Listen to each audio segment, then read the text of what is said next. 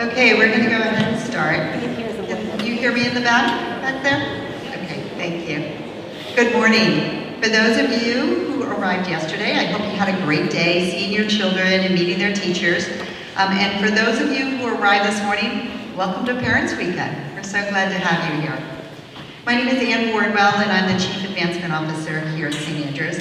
I know everybody's busy with conferences and getting ready for athletic competitions and performances later on today, but we just wanted to take a moment to get everybody together to talk a little bit about the weekend and then also to hear from our head of school, Joy McGrath. But first off, my job today is to introduce you to our speakers, Emily and Dave Rauch, who are serving as the school's co-chairs of the Parents Saints Fund. Like many of our parents, Emily is an alumna of the school. She's graduated in 1996. I did ask her if I could say that. She said yes. Thank you, Emily. And she was actually the senior co-president that year, which we just recently found out. She and her husband Dave are the proud parents of Claire. Claire is in the class of 2025. Earlier this year, Emily and Dave wrote beautiful letters to parents about Claire St. Andrews' experience and their impressions of the school as parents. I hope you all had a chance to read those letters. I think they did a great job of summing up how people feel about the school, how the children are experiencing the school, and hopefully how you as parents feel about the school. We asked them today to speak with you briefly about the Saints Fund and why it is so important to St. Andrews. So it is my pleasure at this point to introduce Emily and Dave Rauch.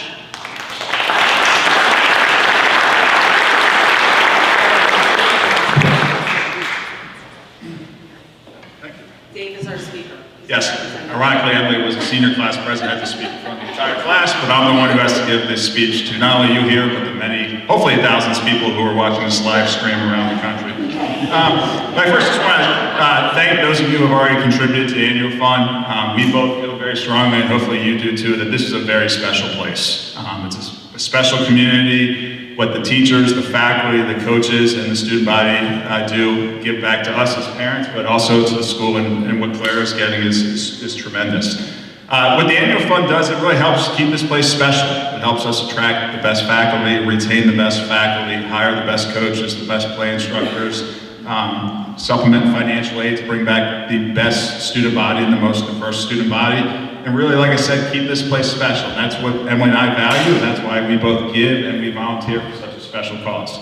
So if you haven't done so already, I really would encourage you to consider making a gift this weekend. You can do it online. There are many people in the advancement office we'd be happy to facilitate that donation to as well. And it's really important, any size of donation is important. It's more important too that we get people to participate.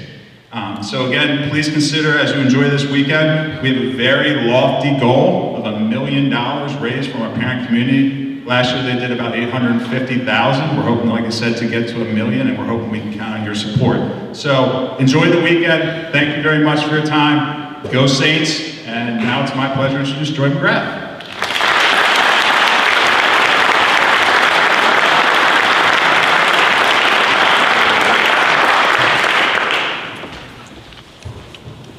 Good morning, everyone. Good morning. I am going to stand on this head of school box. It makes me feel very special. I am so glad to see you all here. Thank you, Emily and Dave, so much. Your leadership of the parents means so much to all of us, and thank you for your introduction. And welcome, everyone. I am so excited to see you here and throughout the weekend. Ty and I will be at all the events and performances and on the sidelines of the matches, and I hope you'll stop by and say hello, ask me any questions that you have about the school. I think any of you who've ever spoken to me know I love talking about the school, and I'm thrilled that you're all here and want to see every one of you. And I'm really welcoming you also on behalf of our superb faculty. Most of you have already started having your conversations with your child's teachers and coaches and advisors. We have the greatest boarding school faculty on God's green earth. These people are working 24/7 for your children and for their education. I'm so grateful to them, and I hope you enjoy this time with them, building relationships with them. And thank you for being here, thank you for showing up for St. Andrews, thank you for everything you do to support the school and your children. We are incredibly grateful every day. One of the things when I meet with other heads of school that I brag on is how great our parents are. You truly are the greatest parent body of any school in the country. I will put you up against anybody's parents. And I will call on you when I need you for that. And the reason I'm really thrilled you're here is just to express to you what a privilege it is to have your children here as our students. And I hope that you'll really palpably experience our gratitude in your conversations this weekend. It's such an honor to partner with you and extend your work as parents and family members of these children. It does take a village, and I am glad that you chose our village. And I am so glad that we chose you as well. You trust us really to take care of your kids, to keep them safe and healthy. You trust us to educate your children, to help them practice and prepare, to encourage them and embolden them, to support and guide them, and we honor that trust very deeply. For us, this education is joyful and happy work, and I know you will feel that throughout the weekend. In our reflective practice as a faculty at St. Andrews, we often consider, together and individually, what is education for? And what is this education for? And if you read our mission statement carefully, and if you watch carefully what we do, as you'll have the chance to do this weekend, we are relentlessly focused on the growth and development of your children, our students, as individuals. You will doubtless hear and witness this focus as you move through meetings with your child's teachers, coaches, and advisors this weekend. And many institutions say they educate young people to be citizens or to change the world. And indeed, our students will change the world, and they will be prepared to fulfill and exceed their moral obligations as family members, friends, citizens, and community members wherever they land.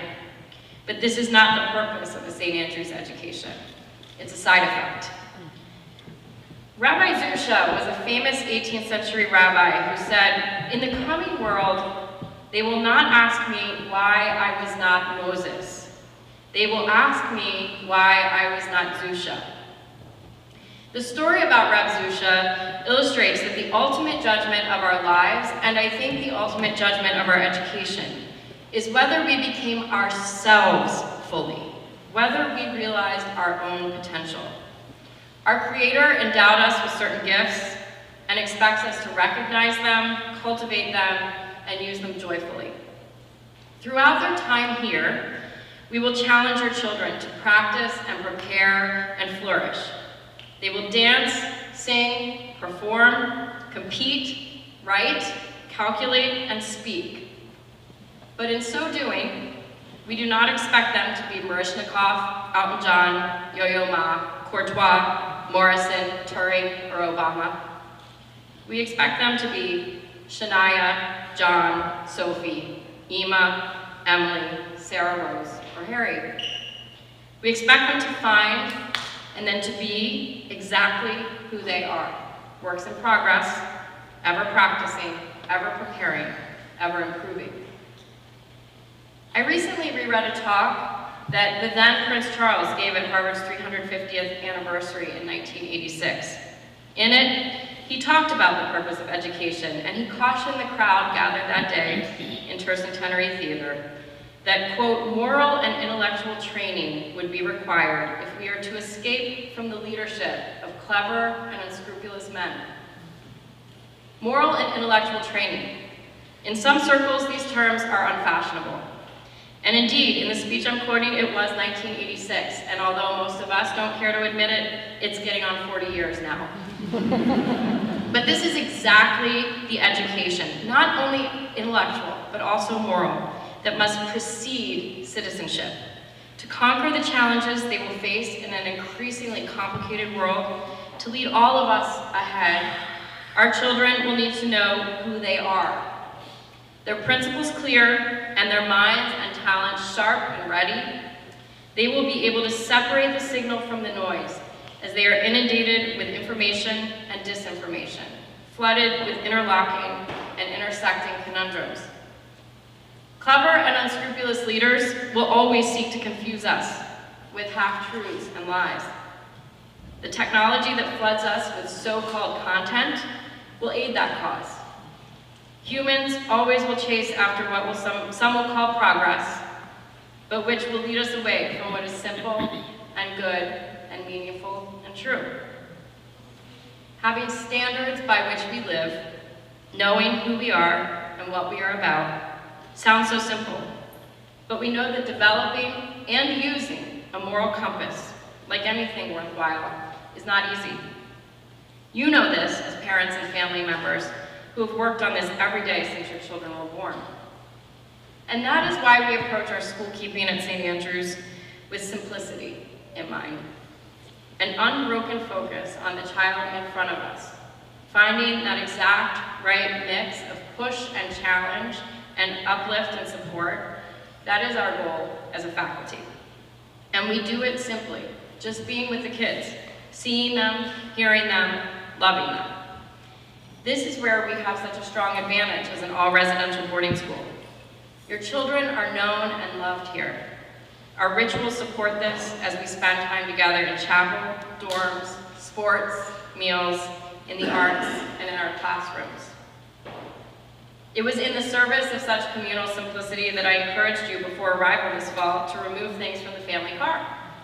Stuff is the enemy of all we are about. Technology, too, distracts us from our aims. How can we possibly be with each other, see each other, hear each other, and love each other, with one ear stuffed with an AirPod and one eye on our TikTok feed? This is why we leave our phones behind each day and gather in person, in class, in family meals, in chapel, afternoon activities, and school meeting. Our entire community gathers in one room 8 times each week. What a privilege it is to be able to do that, to be together as works in progress, practicing. As you join us this weekend in this community, I am grateful that you too are always in the room with us.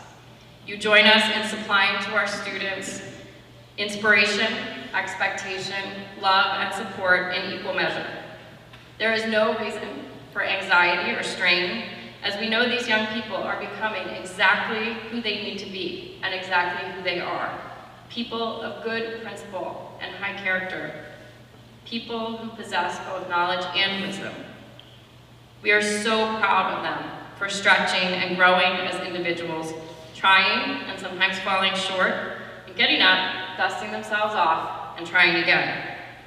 In so doing, in becoming their best selves, they happen also to be just what the world needs and all that we could hope for. So thank you again. Thank you for your partnership. Thank you for your presence. Thank you for sharing your children with us. It's the greatest gift that you can give us. And I look forward to talking with you throughout the weekend. Enjoy the games and all of your meetings, and go Saints.